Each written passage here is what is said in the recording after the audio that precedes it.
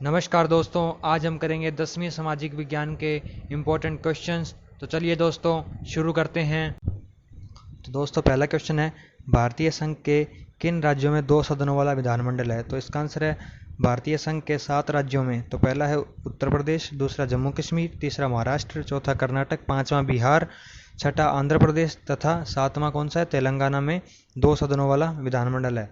अगला क्वेश्चन है, पद ग्रहण के पूर्व मुख्यमंत्री को राज्यपाल के समक्ष किस आशय की शपथ लेनी पड़ती है? तो इसका आंसर है पद ग्रहण के पूर्व मुख्यमंत्री को राज्यपाल के समक्ष पद के कर्तव्य पालन तथा गोपनीयता की शपथ लेनी पड़ती है। तो दोस्तों तीसरा क्वेश्चन है, ऐसी परिस्थितियों का उल्लेख कीजिए जिससे किसी विधानसभा के सदस्य की सदस्यता का अंत हो जाता है। तो इसका आंसर है कोई भी व्यक्ति यदि राज्य विधानमंडल और संसद दोनों का सदस्य एक साथ हो जाता है और वह संसद की सदस्यता स्वीकार करता है। और दूसरा है, कोई भी सदस्य विधानसभा की बैठक में सदन की आज्ञा के बिना लगातार 60 दिन तक अनुपस्थित रहता है। तो दोस्तों चौथा क्वेश्चन है, विधानसभा अध्यक्ष के 4 कार्य बताइए। तो पहला कार्य है, विधानसभा अध्यक्ष विधानसभा की बैठकों की अध्यक्षता करता है और सदन की कार्यवाही का संचालन करता है। दूसरा, वह सदन में शांति व्यवस्था बनाए रखने हेतु समस्त कार्यवाही करता है और उसकी आज्ञा से ही कोई सदस्य सदन में भाषण दे सकता है। तीसरा है, वह सदन की कार्यवाही तथा कार्यक्रम निश्चित करता है, प्रश्नों को स्वीकार या अस्वीकार करता है, मतदान के पश्चात परिणाम की घोषणा करता है तथा निर्णय मत देता है। ठीक है। चौथा है, वह धन विधेयक का निर्णय करता है और दल बदल संबंधी याचिकाओं पर निर्णय देता है।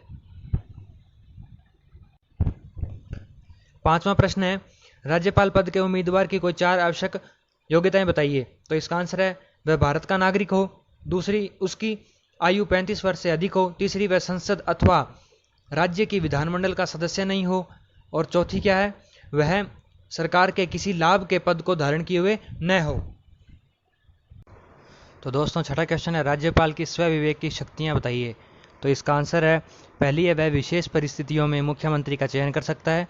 दूसरा, वह विधानसभा का अधिवेशन बुलाता है तथा सत्रावसान करता है। तीसरा है, वह विशेष परिस्थिति में विधानसभा का विघटन कर सकता है। ठीक है। सातवां क्वेश्चन है, उच्च न्यायालय के न्यायाधीशों की नियुक्ति हेतु कोई 2 योग्यताएं बताइए। तो इसका आंसर है, वह भारत का नागरिक हो। और दूसरा, भारत के राज्य में कम से कम 10 वर्ष न्यायिक पद धारण कर चुका हो। ठीक है। अगला क्वेश्चन है, राज्यों की मंत्रिपरिषद में मंत्रियों की कितनी श्रेणियां होती है? तो इसका आंसर है, पहली कैबिनेट मंत्री, दूसरी राज्य मंत्री और तीसरी उप मंत्री। ठीक है। तो दोस्तों 9वां क्वेश्चन है, विधानसभा की सदस्यता के लिए व्यक्ति की क्या योग्यता होनी चाहिए? तो इसका आंसर है, वह भारत का नागरिक हो। दूसरा, उसकी आयु कम से कम 25 वर्ष हो।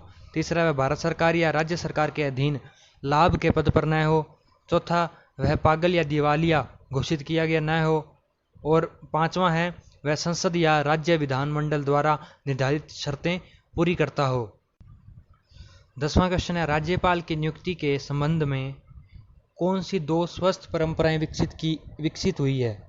तो इसका आंसर है, पहली, राज्यपाल उस राज्य का निवासी नहीं होना चाहिए जिस राज्य में उसे राज्यपाल बनाया जा रहा है। और दूसरा, राज्यपाल की नियुक्ति से पूर्व केंद्रीय सरकार संबंधित राज्य के मुख्यमंत्री से परामर्श करें तथा उसकी सहमति प्राप्त करें।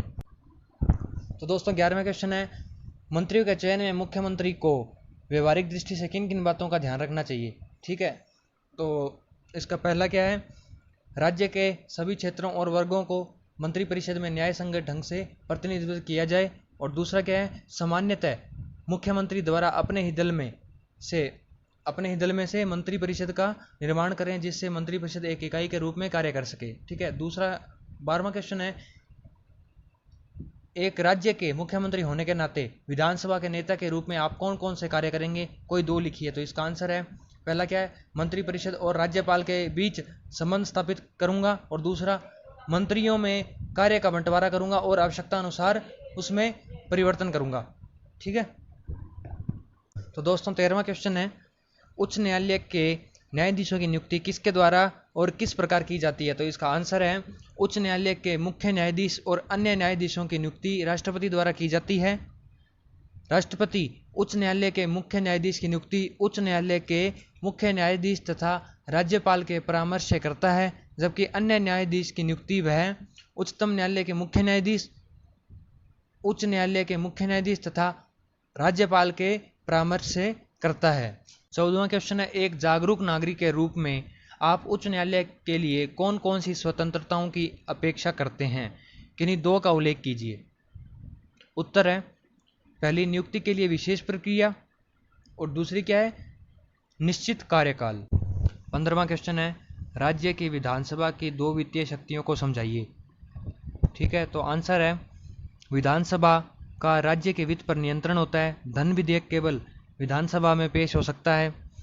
वित्तीय वर्ष के प्रारंभ होने से पहले राज्य का वार्षिक बजट भी इसी के सामने प्रस्तुत किया जाता है। ठीक, और दूसरा क्या है? विधानसभा की स्वीकृति के बिना राज्य सरकार न कोई कर लगा सकती है और ना कोई पैसा खर्च कर सकती है। विधानसभा में पास होने वाले धन विधेयक विधान परिषद के पास भेजा जाता है, जो उसे अधिक से अधिक 14 दिन तक पास होने से रोक सकती है। तो दोस्तों, आज के क्वेश्चंस पूरे हुए। मिलते हैं अगली वीडियो में ढेर सारे क्वेश्चंस के साथ। जय हिंद।